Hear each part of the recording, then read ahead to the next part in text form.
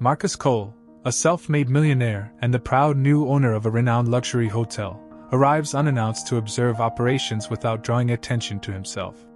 His casual attire contrasts sharply with the hotel's high-end environment, a deliberate choice to gauge the authenticity of guest and staff interactions. Karen Whitmore, a long-term guest who embodies entitlement and prejudice, enjoys the hotel's lavish amenities while treating the staff with condescension. Her privileged demeanor has already left some employees quietly frustrated, but her actions have yet to cross any significant lines, until today. Seated in the expansive, marble-floored lobby, Marcus reviews operational reports on his laptop. His unassuming presence blends seamlessly into the background, or so he thinks. Karen, perched nearby, notices him and immediately assumes the worst, her biases firing on all cylinders. Approaching him with a practiced air of superiority, she delivers a sharp, "Excuse me, what are you doing here?" Marcus glances up, taken aback but composed. Karen continues, her voice dripping with condescension, insisting that someone like him doesn't belong in a respectable place like this. Marcus politely asks her to clarify her remarks, hoping to diffuse the tension. Instead, she escalates, raising her voice and demanding that hotel security remove him immediately. Guests in the lobby begin to glance over, sensing the brewing conflict. Despite the rising commotion, Marcus remains calm, refusing to engage with her hostility. He closes his laptop and stands, his towering presence making Karen hesitate for just a moment. But her indignation fuels her further, as she accuses him of trespassing, calling for immediate action. Unfazed, Marcus simply smiles and suggests they involve the hotel manager. Karen, confident in her assumptions, smirks as she prepares for what she believes will be his public embarrassment. Little does she know, the tables are about to turn in a way she could never anticipate. At Karen's insistent demands, 2 security guards arrive in the lobby. She immediately points to Marcus, her tone sharp and commanding, insisting that he be removed from the premises.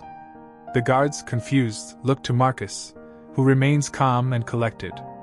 Instead of protesting, Marcus simply requests to speak with the hotel manager, his voice steady and authoritative. Karen, emboldened by what she perceives as his submission, smugly launches into a tirade when the manager arrives.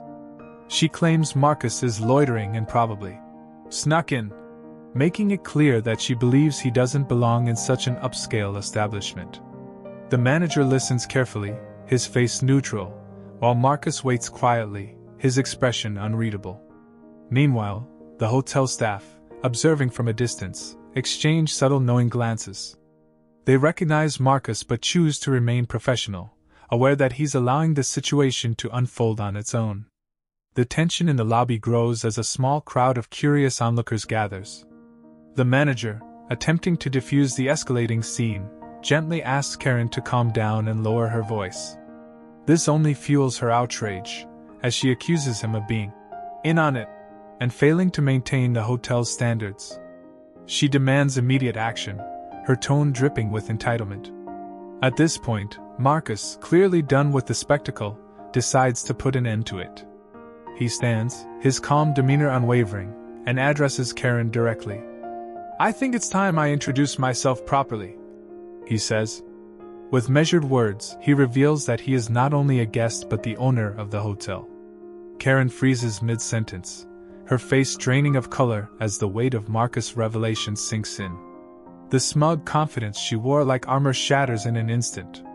Stammering, she tries to justify her behavior, but Marcus cuts her off, his voice steady but firm. He points out the unacceptable nature of her prejudice and how it contradicts the hotel's core values of inclusion and respect. Every word lands heavily as Karen struggles to meet his gaze. Turning to the manager, Marcus calmly instructs, "Please ensure she's escorted out. We don't tolerate this kind of behavior here." The manager nods, and Karen, humiliated and defeated, is guided toward the exit under the watchful eyes of the staff and guests. Her protests fade as Marcus reclaims the atmosphere of dignity and respect in his hotel. As Karen is escorted toward the exit, she stops abruptly, turning back to Marcus with an indignant glare. "You can't do this! I paid for my stay, And I have every right to be here, she protests loudly, her voice echoing through the grand lobby. Marcus remains calm, his demeanor unshaken. You're correct, you did pay. That's why I'm offering you a full refund, he replies evenly.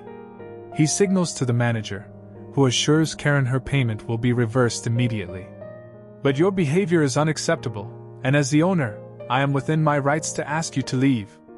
This hotel is a place of respect, not entitlement and prejudice. Karen tries to argue further, but the resolve in Marcus' voice leaves no room for negotiation.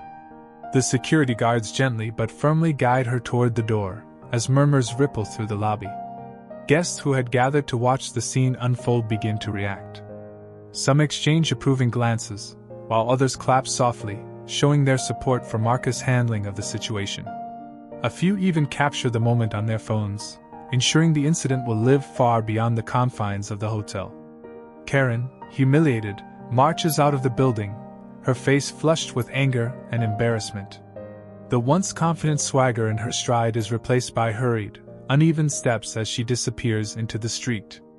With the confrontation behind him, Marcus turns to the staff and guests, addressing them with the same calm authority. I want to thank all of you for your patience during that unfortunate incident, he begins. This hotel is, and always will be, a place where everyone is treated with respect and dignity. That's a promise. His words resonate, and applause erupts once more, this time louder and more sustained. Guests approach Marcus to commend his actions, while staff members feel a renewed sense of pride working under his leadership. As news of the incident spreads, Marcus' decisive stand against discrimination garners widespread praise. Clips of the encounter go viral online, with captions like, "Luxury hotel owner shuts down racist Karen," trending on social media. Karen faces public backlash for her actions, her name becoming synonymous with entitled behavior. Meanwhile, Marcus' hotel gains a surge in positive attention. New bookings flood in from people who admire the establishment's values and leadership. Marcus takes the incident as an opportunity to double down on inclusivity initiatives, further solidifying his hotel's reputation as a haven of respect and equality. Following the incident, the hotel blossoms into more than just a luxury destination. It becomes a symbol of inclusion and respect. The story of Marcus' stand against discrimination resonates far and wide, drawing a more diverse clientele who appreciate the values upheld by the establishment. Guests from all walks of life feel comfortable and welcomed, knowing the hotel's commitment to fostering an environment of equality. Marcus, realizing the impact of his actions, decides to take it a step further. A few months later, he organizes a grand charity gala hosted at the hotel's lavish ballroom.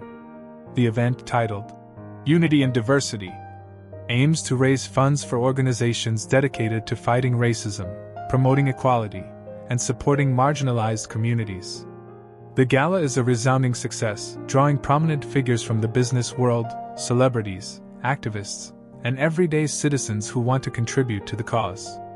Marcus gives a heartfelt speech, sharing his own journey and the importance of standing up against prejudice.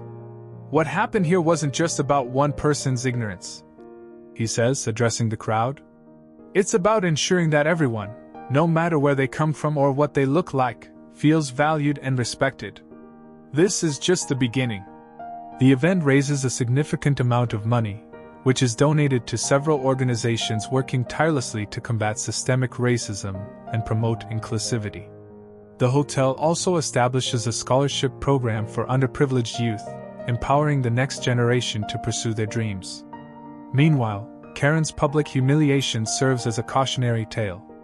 Videos of her behavior continue to circulate online, sparking discussions about the consequences of prejudice. While the backlash she faces is harsh, many hope it becomes a lesson for others about the importance of treating everyone with dignity. Marcus' handling of the situation garners widespread admiration. His grace under pressure and unwavering commitment to fairness inspire many, both within his community and beyond. Guests who visit the hotel often express their gratitude, sharing stories of how they, too, have faced discrimination and how Marcus' actions give them hope. In time, the hotel becomes a beacon of unity, a place where diversity is celebrated, and everyone feels at home. Marcus' leadership transforms it into more than a business. It becomes a movement, reminding the world that even in the face of prejudice, kindness, respect, and inclusion can prevail.